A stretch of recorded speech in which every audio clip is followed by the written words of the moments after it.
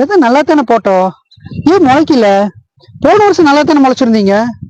ம், தண்ணியும் பாய்ச்சியாச்சு, ஏன் ஒன்னாரம் முளைச்சிருக்குது? ஒருவேளை மட்டமான விதை கொடுத்து ஏமாத்திட்டானோ? இல்லையே, நல்ல அண்ணனாச்சே, தரமான விதை தான் கொடுப்பாங்களே. ம், சரி, அந்த மேடத்தை வர சொல்லி பாப்போம். அக்ரியில படிச்சிருக்காங்க, அவங்கள வர சொல்லி பார்த்தா தெரியும் என்ன பிரச்சனைன்னு. மேடம், சோளம் போட்டு ஒரு வாரம் ஆகுதுங்க மேடம். ஒரு விதை கூட முளைக்கல, ஒன்னார்த்தான் அப்படி இப்படின்னு முளைச்சிருக்குது. போன முறையெல்லாம் நல்லா முளைச்சி வந்தது மேடம். இந்த தடவை விதை மிஸ்டேக் என்னன்னு தெரியல, ஒண்ணு கூட முளைக்கவே இல்லையேங்க மேடம். அப்படிங்களா? விதை எப்படிப்பட்ட விதைன்னு பாக்கலாம்.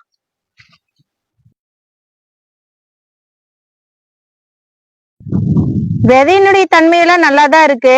மண்ணோட தன்மை எப்படி இருக்குதுன்னு லேப்ல போய் டெஸ்ட் பண்ணி பார்ப்போம். நாளைக்கு லேபுக்கு வந்துருங்க. எனக்கு இந்த மண்ணை ஒரு கவர்ல போட்டு கொடுங்க. சரிங்க மேடம், நான் மண் உங்களுக்கு எடுத்து கொடுத்துட்றேங்க மேடம். நாளைக்கு காலையில லேபுக்கு வந்துடுறேங்க.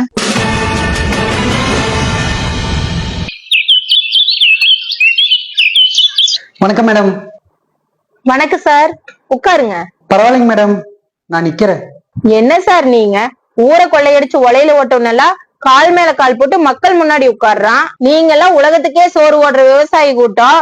நீங்க தான் எல்லாரும் முன்னாடி கால் மேல கால் போட்டு கெத்தா உட்காரணும். பரவாயில்ல மேடம், உங்களை மாதிரி ஒரு சில ஆபீசர்களாவது எங்களுக்கு மரியாதையாவது கொடுக்குறீங்க, அதுவே எனக்கு போதும். நீங்க சொன்னா கேட்க மாட்டீங்க. உங்க முன்னாடி உட்கார எனக்கு மனசு வரல. மேடம், நீங்க உட்காருங்க. இருங்க, கொஞ்ச நேரத்துல ரிசல்ட் வந்துரும். சரிங்க மேடம். மேடம், இந்தாங்க ஒரு தோட்டத்தோட ரிசல்ட்.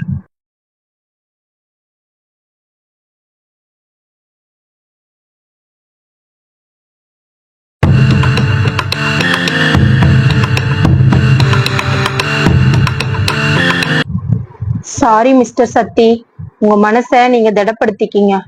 இனிமே உங்க தோட்டம் எதுக்குமே பயன்படாது. என்ன மேடம் சொல்றீங்க? உங்க தோட்டத்து மண்ணெல்லாம் இறந்துடுச்சு. என்ன மேடம் சொல்றீங்க?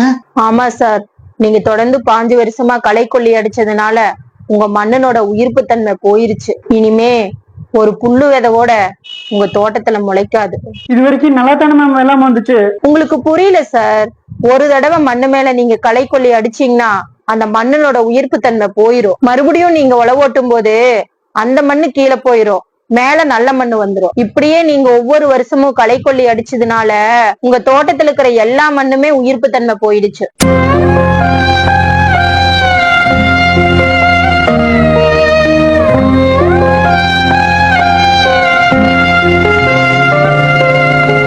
பேரும் புகழோடும் வாழ்ந்த ஒரு மனித இறந்துட்டா அவனுக்கு என்ன மதிப்போ அந்த மதிப்பு தான் உங்க தோட்டத்துக்கும்.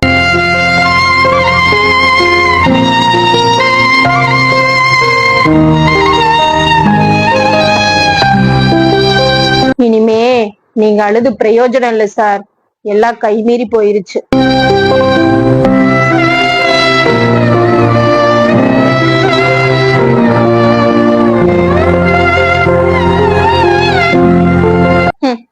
உற்பத்தி செஞ்ச நாடே களைக்கொல்லிக்கு தடை போட்டிருக்கு. ஆனா நம்ம நாட்டுல மானாவரியா கிடைக்குது. நானே கொண்டுட்டேன் வேணும், அவங்களே கொண்டுட்டவே வேணும். களைக்கொல்லி அடிச்சு அடிச்சு நானே கொண்டுட்டேன்.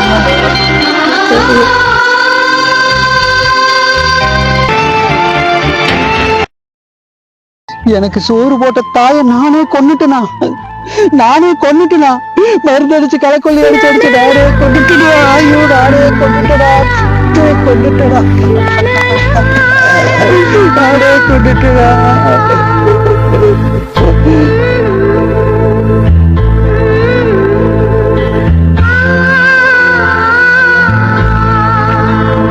என் தாய் நானே கொண்டுட்டனா?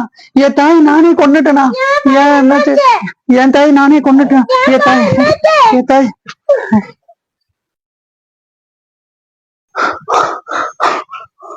கனவா?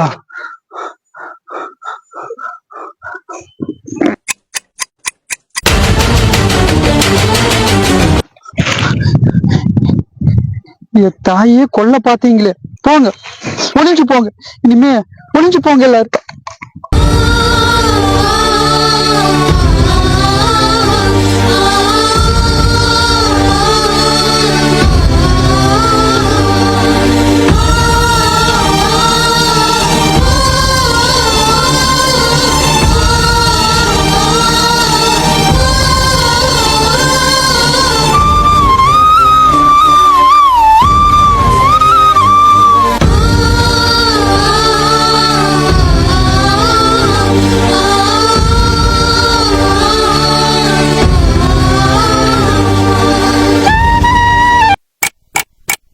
மேடம், நான் ஒரு கனவு கண்டேங்க மேடம்.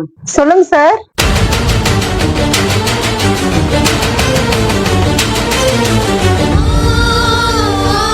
நூத்துக்கு நூறு உங்க கனவு உண்மைதான் சார். உங்க கனவு மாதிரி நம்ம விவசாய பூமி எல்லாம் கொஞ்சம் கொஞ்சமா செத்துக்கிட்டு இருக்கு சார் இந்த களக்கொல்லியால. இதுக்கு தீர்வே இல்லையாங்க மேடம்? இருக்கு. இனிமே உங்க தோட்டத்துல ஆளுகளை விட்டுதான் களை எடுக்கணும், நம்ம முன்னோர்கள் மாதிரி. எங்க மேடம், இந்த 100 நாள் வேலை திட்ட மந்தையில இருந்து தோட்டத்து வேலைக்கே பொம்பளை வேலையிலே கிடைக்கிறது இல்ல. அப்படியே ஒரு சிலர் வந்தாங்கன்னா 400 ரூபாய் கூலி. 400 ரூபாய் கூலி ஆனாலும் பரவாயில்லைங்க மேடம், அதுக்கேத்த வேலை தோட்டத்துல ஆகிறது இல்ல. காலையில 9 மணிக்கு வயலுக்குள்ள வர்றாங்க, 10 மணிக்கு டீ காப்பி, அதுக்கு அரை மணி நேரம் போயிரு. 12 மணிக்கு சாப்பாடுன்னு போவாங்க. 1:30 மணிக்கு ஆடி அசைஞ்சு தோட்டத்துக்குள்ள வந்து 2 மணிக்கு வேலையை ஆரம்பிப்பாங்க. 3 மணிக்கு ஒருக்கா டீ கொடுக்கணும், அதுக்கு அரை மணி நேரம் போயிரு. அப்புறம் 3:50 கீழே வீட்டுக்கு கிளம்பிடுவாங்க மேடம்.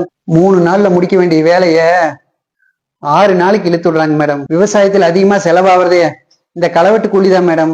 அந்த கூலிக்கு பயந்துக்கிட்டா இப்படி களக்கொல்லி வாங்கி நாங்க தோட்டத்துல எல்லாம் அடிச்சுட்டு இருக்கிறோம் மேடம். களக்கொல்லி அடிக்காம இந்த மண்ணினோட உயிர்த்தன்மையை காப்பாத்த ஏதாவது மாற்று வழி இருக்குதா மேடம்? எதுக்குமே தீர்வு இருக்குங்க. இதுக்கும் ஒரு அருமையான மாற்று வழி இருக்கு. என்னங்க மேடம்? விவசாயிகள்லாம் ஒண்ணு சேர்ந்து தமிழக அரசுகிட்டையும் வேளாண் துறை அமைச்சர்கிட்டையும் நான் சொல்ற மாதிரி ஒரு கோரிக்கை வைங்க. என்னன்னு கோரிக்கை வைக்கணுங்க மேடம் அரசு கிட்ட? 100 நாள் வேலை திட்டத்துல இருக்கிற பெண்களை விவசாய வேலைக்கு அனுமதிக்கணும்னு கோரிக்கை வைங்க. அரசு அந்த திட்டத்துல ஒரு நபருக்கு 330 ரூபாய் கொடுக்குது. ஆனா அந்த பெண்களை விவசாய வேலைகளுக்கு பயன்படுத்தினா அரசு ஒரு 250, தோட்டத்து விவசாயம் ஒரு 250 சேர்த்து 500 ரூபாயா அந்த பெண்களுக்கு கொடுக்கலாம். இப்படி பண்ணுனா அரசுக்கு நிறைய பணம் மிச்சமாகும், விவசாயிக்கு கூலி 250ஓட முடிஞ்சிடும். 330 ரூபாய்க்கு வேலை செய்யற அந்த பெண்களுக்கும் 500 ரூபாயா கிடைக்கும். உண்மைதான் மேடம். இந்த திட்டம் மட்டும் நடைமுறைக்கு வந்துச்சுன்னா ரவுண்ட் அப்னால சேர்த்துட்டு இருக்கிற எங்க பூமி தாய காப்பாத்திடலாம் மேடம்.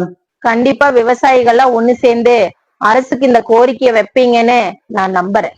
நாங்க எல்லா விவசாயியும் ஒண்ணு சேர்ந்து கண்டிப்பா இந்த கோரிக்கைய அரசுக்கு வைக்கிறோம் மேடம். 100 நாள் வேலை திட்டத்தை கூட 365 நாளா மாத்திடலாம் மேடம். கண்டிப்பா விவசாயத்தை காப்பாத்திடலாம் மேடம். இல்லைன்னா நம்ம சந்ததி அழியறத நம்ம கண்ணு முன்னாடி பாக்குற சூழ்நிலை வந்துரும் மேடம். கண்டிப்பா விவசாயத்தை காப்பாத்திடுவோம்.